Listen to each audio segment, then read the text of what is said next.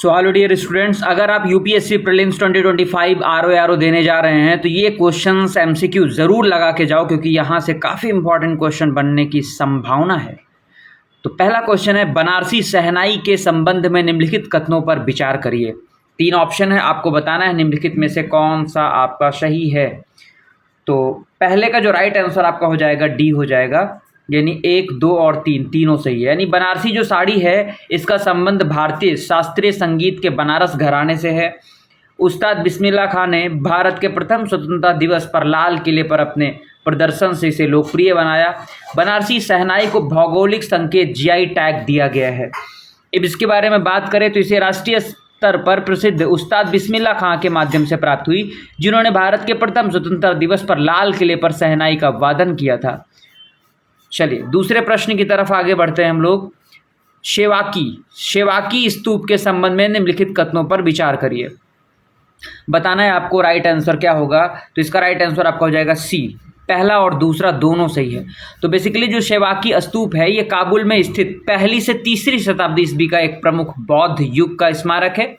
इसमें कुषाण और हेलेनिस्टिक वास्तुशिल्प प्रभावों का मिश्रण परिलक्षित होता है और इसका निर्माण फील्ड स्टोन, मिट्टी और प्लास्टर का उपयोग करके किया गया था। ये 20 मीटर से अधिक है और ये पहले से तीसरी शताब्दी ईस्वी का एक प्रमुख बौद्ध युगीन स्मारक है। चलिए आगे चलते हैं हम लोग। तीसरा प्रश्न है, ताजमहल के संबंध में निम्नलिखित कथनों पर विचार करिए। इसे वर्ष 1983 में यूनेस्को की विश्व धरोहर सूची में शामिल किया गया था। तो तीसरे का राइट आंसर आपको बताना है क्या होगा। तथा मानव रचनात्मक प्रतिभा की उत्कृष्ट कृति के रूप में इसके असाधारण मूल्य को मान्यता दी गई। दूसरा है, इसका प्रबंधन भारतीय पुरातत्व सर्वेक्षण ASI द्वारा किया जाता है और यह प्राचीन स्मारक तथा पुरातत्व स्थल एवं अवशेष अधिनियम 1958 के तहत संरक्षित है। तो तीसरे का राइट आंसर आपका हो जाएगा सी, यानी 1 और 2 दोनों कथन सही है आपका। बात करें तो ताजमहल का निर्माण मुगल सम्राट शाहजहां ने अपनी पत्नी मुमताज महल की याद में करवाया था और उस्ताद अहमद लाहौरी को इसका मुख्य वास्तुकार माना जाता है। इसका निर्माण 1632 ईस्वी 1632 में शुरू हुआ और 1648 में ये कंप्लीट हुआ। इसकी सहायक संरचनाएं 1653 ईस्वी तक पूरी हो गई। इसे मुगल साम्राज्य, मध्य एशिया और ईरान के कारीगरों द्वारा बनवाया गया था।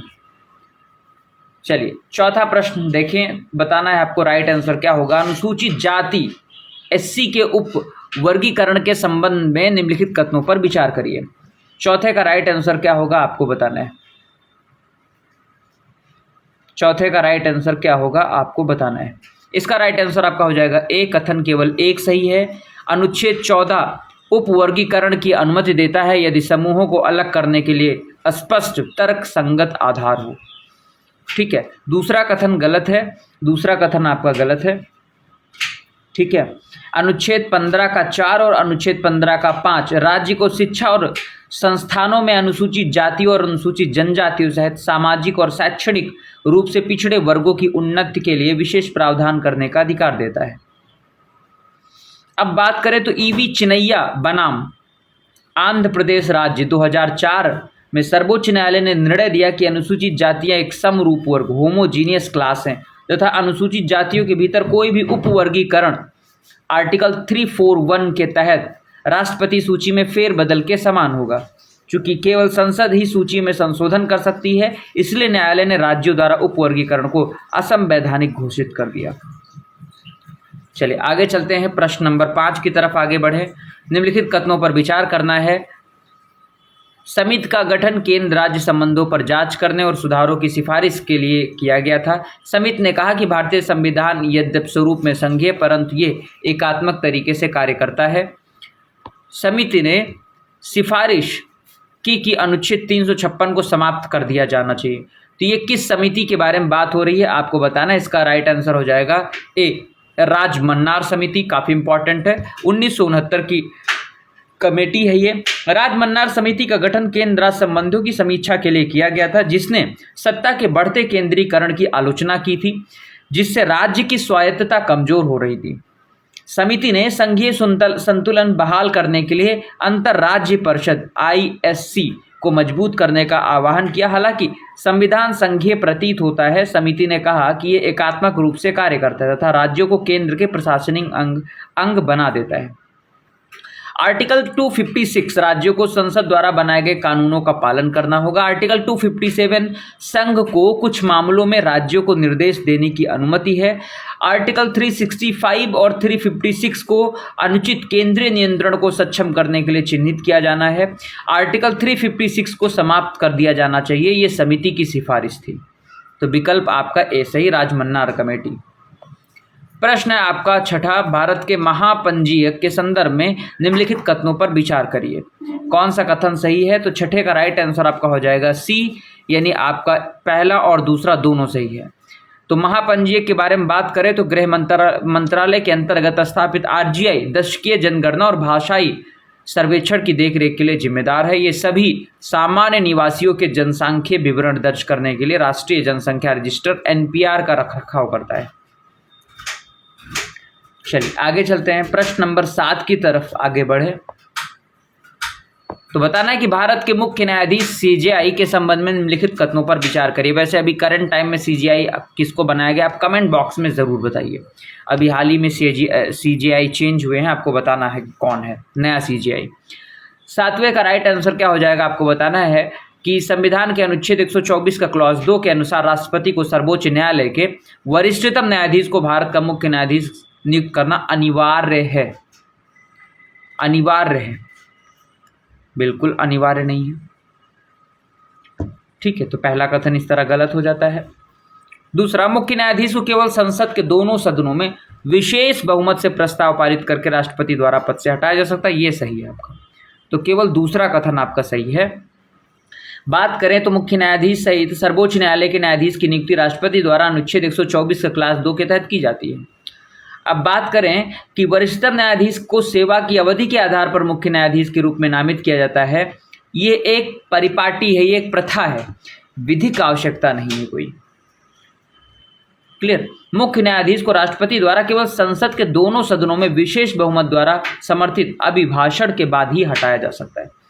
टफ प्रोसेस इसलिए बनाया गया है हटाने का, क्योंकि भारत में इंडिपेंडेंट जुडिशरी की बात करी गई। अगर बहुत सरल तरीका बना दिया जाएगा न्यायाधीश को हटाने का, तो इससे हमारी डेमोक्रेसी पे खतरा आ जाएगा।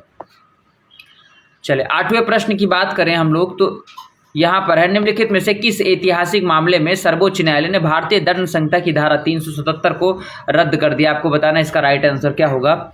377 धारा 377 की बात कर रहा है, तो 8 का राइट आंसर हो जाएगा डी, नौतेज सिंह जौहर बनाम भारत संघ। अब बात करें तो सुरेश कुमार कौशल बनाम नाज फाउंडेशन, ये क्या था? 2013 का मसला है, ये मामला है। सर्वोच्च न्यायालय ने दिल्ली उच्च न्यायालय के वर्ष 2009 के फैसले को पलट दिया, जिसमें भारतीय दंड संहिता आईपीसी की धारा 377 के तहत समलैंगिकता को अपराध की श्रेणी से बाहर कर दिया गया। फिर उसके बाद में दूसरा है राष्ट्रीय विधिक सेवा प्राधिकरण बनाम भारत संघ। इसमें क्या था? ये 2014 का मामला है। सर्वोच्च न्यायालय ने व्यक्तियों के स्वयं अपने जेंडर की पहचान करने के अधिकार की पुष्टि की तथा स्वीकार किया कि जेंडर पहचान बायोलॉजिकल सेक्स से परे है। इसमें पुरुष, महिला या ट्रांसजेंडर के रूप में पहचाने जाने का अधिकार भी शामिल है। फिर अगला केस आया था पुट्टा स्वामी मामला, पुट्टा स्वामी। इसमें कहा गया कि न्यायालय ने निजता के अधिकार की पुष्टि करते हुए यौन अभिविन्यास को मौलिक अधिकार के रूप में शामिल किया तथा इस बात पर बल दिया कि यौन अभिविन्यास के आधार पर भेदभाव मानवीय गरिमा और समानता का उल्लंघन करता है। नौतेज सिंह जो इसका राइट आंसर है, इसमें कहा गया कि सर्वोच्च न्यायालय ने भारतीय दंड संहिता, अब इस समय भारतीय न्याय संहिता है, इसकी धारा 377 को निरस्त करते हुए समलैंगिकता को अपराध से मुक्त कर दिया। पहले जो समलैंगिकता थी LGBTQ, लेस्बियन, गे, बाइसेक्सुअल, ट्रांसजेंडर की ओर, इसके लिए 10 साल की सजा हुआ करती थी अगर कोई ऐसा प्रैक्टिस करता है, लेकिन अब इसको अपराध की श्रेणी से बाहर कर, अब खुले तौर पे जो गे हैं, बाइसेक्सुअल है, ट्रांसजेंडर है, वो आराम से अपनी लाइफ पर्सनल एंजॉय कर सकते हैं। इसके लिए किसी भी तरह का कोई केस उनके ऊपर दर्ज नहीं किया जाएगा। ठीक है, चलो 9वां प्रश्न है, इंडिया जस्टिस रिपोर्ट IJR के संबंध में बताना है कि निम्नलिखित कथनों पर विचार करिए। तो 9 का राइट आंसर क्या हो जाएगा? आपका हो जाएगा बी, केवल 2 सही है। कौन कौन सा सही आपको बताना है। तो पहला कथन सही है। भारत न्याय रिपोर्ट को अपनी तरह की पहली राष्ट्रीय आवधिक रिपोर्ट के रूप में वर्णित किया गया, जो न्याय प्रदान करने की उनकी क्षमता के आधार पर राज्यों को रैंक देती है। दूसरा कथन जो है आपका गलत है, क्योंकि पुलिस, जेल, न्यायपालिका, कानूनी सहायता और राज्य मानवाधिकार आयोग का मूल्यांकन के भाग के रूप में उल्लेखित किया गया है, लेकिन यह स्पष्ट रूप से SHRC को एक अलग स्तंभ के रूप में सूचीबद्ध नहीं करता। तीसरा आपका सही है। क्यों? क्योंकि तीसरा जो है आपका वो रिपोर्ट में निष्पक्ष तुलना के लिए राज्य में बड़े, मध्यम आकार, है ना, और छोटे में वर्गीकृत किया गया है। बताना है आपको कि लोक प्रशासन में उत्कृष्टता के लिए प्रधानमंत्री पुरस्कार के संबंध में निम्नलिखित कथनों पर विचार करना है आपको।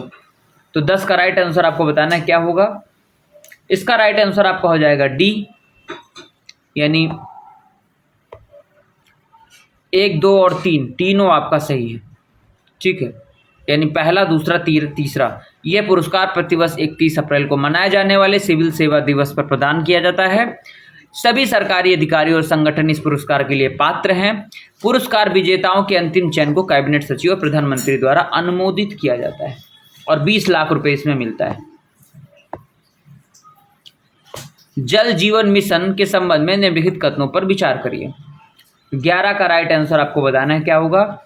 इसका राइट आंसर आपका हो जाएगा ए, केवल एक सही है। पहला सही है कि भारत में जल जीवन मिशन भारत में ग्रामीण परिवारों को कार्यात्मक घरेलू नल कनेक्शन उपलब्ध कराने के लिए राष्ट्रीय ग्रामीण पेयजल कार्यक्रम 2009 को JJM में सम्मिलित किया गया था। दूसरा कथन आपका गलत है, क्योंकि JJM के अंतर्गत दिसंबर 2024 तक सभी 16 करोड़ ग्रामीण घरों में नल कनेक्शन का लक्ष्य निर्धारित किया गया था। वर्तमान में 75% कवरेज हासिल कर लिया गया है, 100% नहीं, 75%, जबकि लगभग 4 करोड़ घरों में अभी भी कनेक्शन बाकी है। पूर्ण कवरेज प्राप्त करने के लिए वर्तमान में इस मिशन को दिसंबर 2028 तक विस्तारित करने का प्रस्ताव किया गया। चले आगे चले हम लोग। बताना है 12वें का राइट आंसर क्या होगा। निम्नलिखित राज्यों पर विचार करिए। पंजाब, उत्तर प्रदेश, बिहार, उत्तराखंड। बताना है कि कितने मार्ग ईस्टर्न डेडिकेटेड फ्रंट कॉरिडोर परियोजना से होकर गुजरते हैं। तो 12 का राइट आंसर आपको बताना है क्या होगा। इसका राइट आंसर आपका हो जाएगा सी, केवल 3। तो पहला कथन यानी अगर देखा जाए तो क्या पंजाब सही है, यानी इसमें पंजाब है, हरियाणा है ना, पंजाब है, उत्तर प्रदेश भी है इसमें, ठीक है, बिहार है इसमें, उत्तराखंड नहीं है, इसमें उत्तराखंड शामिल नहीं है, इसमें झारखंड और पश्चिम बंगाल भी है। उत्तराखंड छोड़ के इसमें झारखंड और पश्चिम बंगाल है इसमें। तो पंजाब हो गया, उत्तर प्रदेश हो गया, बिहार हो गया, झारखंड हो गया, पश्चिम बंगाल हो गया। ठीक है, चले। इस मार्ग पर कोयला खदानें, ताप विद्युत संयंत्र और औद्योगिक शहर हैं, इनके लिए फीडर रूट भी बनाए जा रहे हैं। चलिए तीसरा प्रश्न हम लोग देखें तो राष्ट्रीय कंपनी विद अपील अधिकरण के संबंध में निम्नलिखित कथनों पर विचार करिए। आपको बताना है राइट आंसर क्या होगा। तो 13 का राइट आंसर आपका हो जाएगा सी। 1 और 2 कथन दोनों सही हैं आपके। ठीक है, यानी पहला कथन कह रहा है कि यद्यप कंपनी अधिनियम 2013 के तहत गठित NCLAT दिवालिया और शोधन अक्षमता सहित IBC 2016 के तहत मामलों के लिए अपील अधिकरण के रूप में भी कार्य करता है। ये राष्ट्रीय कंपनी विधि अधिकरण और भारतीय प्रतिस्पर्धा आयोग CCE द्वारा पारित आदेशों के विरुद्ध अपीलों की सुनवाई करता है। बताना है पंचायती राज इंस्टीट्यूशन के बारे में, बहुत इंपॉर्टेंट है। 14वां प्रश्न का राइट आंसर क्या हो जाएगा बताना है आपको। इसका राइट आंसर हो जाएगा सी। 1 और 2 दोनों सही है। 73वां संविधान संशोधन 1992 ने पंचायती राज संस्थाओं को संवैधानिक दर्जा प्रदान किया। अनुसूचित जाति और अनुसूचित जनजाति और महिलाओं के लिए सीटों के आरक्षण का प्रावधान किया। जिला योजना समिति किसी जिले में ग्रामीण और शहरी क्षेत्रों के लिए विकास योजना का मसौदा तैयार करने के लिए जिम्मेदार होती है। 11वीं और 12वीं अनुसूची पंचायती राज के लिए है। 11वीं आपकी विलेज पंचायत यानी ग्राम पंचायत, 12वीं आपकी म्यूनिसिपैलिटीज़ यानी आपकी नगर पंचायत के लिए है। फिर उसके बाद में बात करा जाए पंचायती राज को, तो सबसे पहले राजस्थान के नागौर डिस्ट्रिक्ट से पंचायती राज की शुरुआत हुई थी 2 अक्टूबर को। इसमें कई सारी कमेटी हैं, Balwant Rai Mehta committee, Ashok Mehta committee, LM Singhvi, PK Thungon, ठीक है। तो ये सब कमेटी जो भारतीय पंचायती राज के ऊपर बनाई गई थी। तो मैंने काफ़ी कुछ चीज़ें आपको बता दिया, ठीक है। आगे चलें, बताना है आपको अंतर्राष्ट्रीय व्यापार में स्पैगेटी बाउल घटना शब्द का तात्पर्य क्या है। स्पैगेटी बाउल घटना, तो 15 का राइट आंसर क्या हो जाएगा आपका, बी हो जाएगा। ये एक अतिव्यापी और अंतर विभाजक क्षेत्रीय और द्विपक्षीय व्यापार समझौता का एक जटिल नेटवर्क, ठीक है। यह शब्द वर्ष 1995 में जगदीश भगवती द्वारा बनाया गया था, जिसमें उन्होंने FTA है ना की आलोचना करते हुए कहा था कि ये अनुत्पादक है तथा खुलेपन को बढ़ावा देने के बजाय वैश्विक व्यापार को जटिल बनाता है।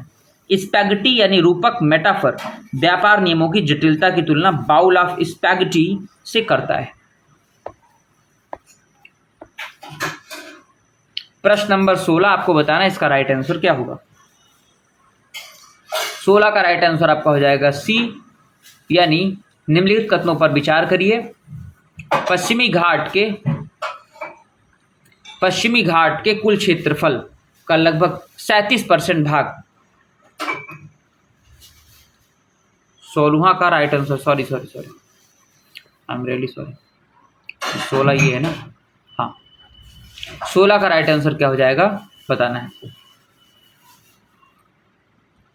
पश्चिमी घाट के कुल क्षेत्रफल का लगभग 37% भाग ही पारिस्थितिकी रूप से संवेदनशील क्षेत्र ESA के रूप में नामित किया जाना चाहिए।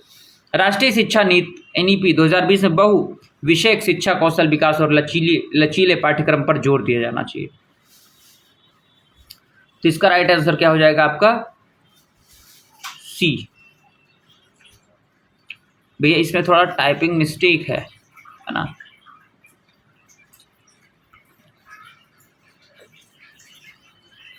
निम्नलिखित में से किस समिति ने उपयुक्त सिफारिशें करी थी। अच्छा ओके, तो किस समिति ने, तो 16 का राइट आंसर आपका हो जाएगा सी, कस्तूरी रंगन समिति, वर्ष 2013 और वर्ष 2019 में। कस्तूरी रंगन समिति के बारे में बात करें तो इसरो के एक प्रमुख व्यक्ति के रूप में डॉक्टर कस्तूरी रंगन ने राष्ट्रीय प्राकृतिक संसाधन प्रणाली महत्वपूर्ण भूमिका निभाई, जिससे कृषि, जल प्रबंधन, वानिकी और स्वास्थ्य जैसे क्षेत्रों के लिए उपग्रह आधारित सेवाएं सक्षम हुई। चलिए प्रश्न नंबर 17 देखा जाए। लोकसभा में उपाध्यक्ष की चुनाव प्रक्रिया के संबंध में निम्नलिखित कथनों पर विचार करिए। 17 का राइट आंसर क्या होगा। इसका राइट आंसर हो जाएगा एक, केवल एक सही है। कौन सा सही है आपको ये बताना है। तो कथन एक तो सही है कि जब अध्यक्ष का पद रिक्त हो तो उपाध्यक्ष अध्यक्ष के कर्तव्यों का निर्वहन करता है। ये और ये गलत है आपका, दूसरा तीसरा गलत है। क्यों गलत है? क्योंकि उपाध्यक्ष का चुनाव साधारण बहुमत द्वारा किया जाता है, सदन के सभी सदस्यों के पूर्ण बहुमत से नहीं। तीसरा कथन क्यों गलत है? क्योंकि भारतीय संविधान का अनुच्छेद 95 का क्लॉज 2 कहता है कि उपाध्यक्ष लोकसभा के भंग होने तक अपने पद पर बना रहता है। निम्नलिखित कथनों पर विचार करिए। सरकार ने इंडिया AI मिशन के तहत देश का पहला घरेलू AI लार्ज लैंग्वेज मॉडल विकसित करने के लिए बेंगलुरु स्थित स्टार्टअप सर्वम का चयन किया है। कथन 2 है, वर्ष 2024 में स्वीकृत इंडिया AI मिशन का उद्देश्य भारत के AI इकोसिस्टम में उत्तरदायित्वपूर्ण और समावेशी विकास को बढ़ावा देना है। तो 18 का राइट आंसर आपका हो जाएगा ए, केवल एक सही, सॉरी। कथन 1 और कथन दोनों सही है और कथन 2 कथन 1 का सही स्पष्टीकरण, ठीक है। यानी ये जो दोनों कथन है ये सही है, ठीक है। चलो आगे चले हम लोग। निम्नलिखित कथनों पर विचार करिए। बताना इसका राइट आंसर क्या होगा। भारतीय मध्यस्थता परिषद एक वैधानिक निकाय है जिसका गठन मध्यस्थता और सुलह संशोधन अधिनियम 2019 के तहत किया गया है। Doctor TK. विश्वनाथन समिति वर्ष 2024 ने संस्थागत मध्यस्थता और न्यायालयी हस्तक्षेप को कम करने की सिफारिश करी। तो 19 का राइट आंसर क्या हो जाएगा? ए, केवल एक सही। क्लियर। वर्ष 1991 में लिबरलाइजेशन यानी एलपीजी रिफॉर्म्स हुआ। भारत को विदेशी निवेशकों को आकर्षित करने के लिए आधुनिक विवाद समाधान तंत्र की आवश्यकता थी। Doctor TK. विश्वनाथन समिति 2024 ने संस्थागत मध्यस्थता को मजबूत करने, न्यायालयी हस्तक्षेप को कम करने और लागत प्रभावी समयबद्ध मध्यस्थता ढांचा पेश करने की सिफारिश करी। चलो, अब ये भारतीय अर्थव्यवस्था से प्रश्न है। बताना है आपको कि वैश्विक व्यापार परिदृश्य और सांख्यिकी रिपोर्ट किसके द्वारा प्रकाशित करी जाती है।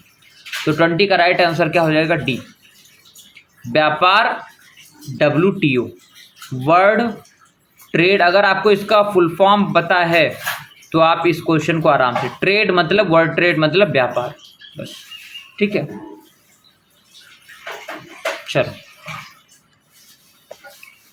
बताना है भारत में इथेनॉल सम्मिश्रण के संदर्भ में निम्नलिखित कथनों पर विचार करिए। 21 का राइट आंसर आपको क्या होगा? तो पहला कथन आपका सही है कि एथेनॉल मिश्रण कार्यक्रम EBP को पेट्रोल में 5% इथेनॉल मिश्रण के प्रारंभिक लक्ष्य के साथ शुरू किया गया था। दूसरा कथन जरा देखें, जैव ईंधन पर राष्ट्रीय नीति 2018 में प्रारंभ में 2030 तक 20% इथेनॉल मिश्रण का लक्ष्य निर्धारित किया गया था, लेकिन वर्ष 2022 में संशोधन करके इसे 2025-26 तक बढ़ा दिया गया। तो यानी दूसरा कथन भी आपका सही है। दोनों कथन आपके सही। भारत के विदेशी मुद्रा भंडार के संदर्भ में निम्नलिखित कथनों पर विचार करिए। बताना है कि 22 का राइट आंसर क्या होगा। इसका भी राइट आंसर आपका हो जाएगा सी, पहला और दूसरा दोनों सही है। ये भुगतान संतुलन बैलेंस ऑफ पेमेंट का एक महत्वपूर्ण घटक है तथा आरबीआई अधिनियम 1934 के तहत आरबीआई द्वारा भारत के विदेशी मुद्रा भंडार का प्रबंधन किया जाता है। विदेशी मुद्रा परिसंपत्तियों की भारत के विदेशी मुद्रा भंडार में सबसे अधिक हिस्सेदारी है, जबकि स्वर्ण भंडार की इसमें दूसरी सबसे अधिक हिस्सेदारी। तो इस तरह से आपके दोनों कथन सही।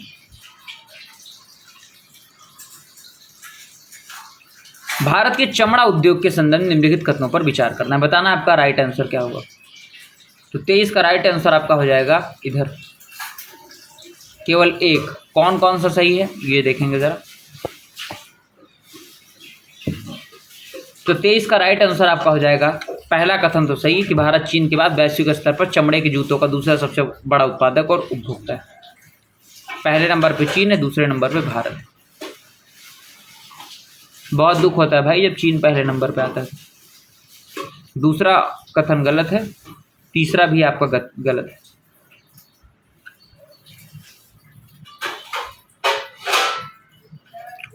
निम्नलिखित कथनों पर विचार करिए।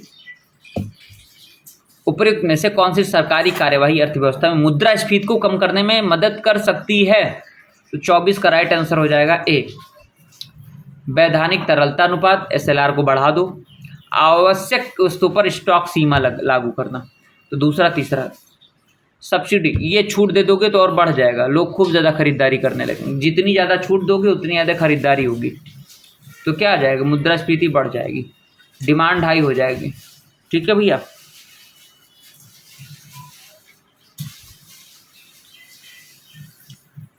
चलो, तो आज के लिए इतना ही रखें।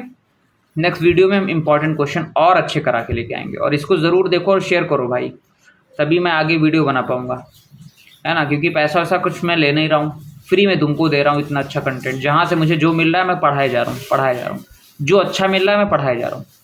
ठीक है, तो आज के लिए इतना ही। Thank you, bye bye, have a good day.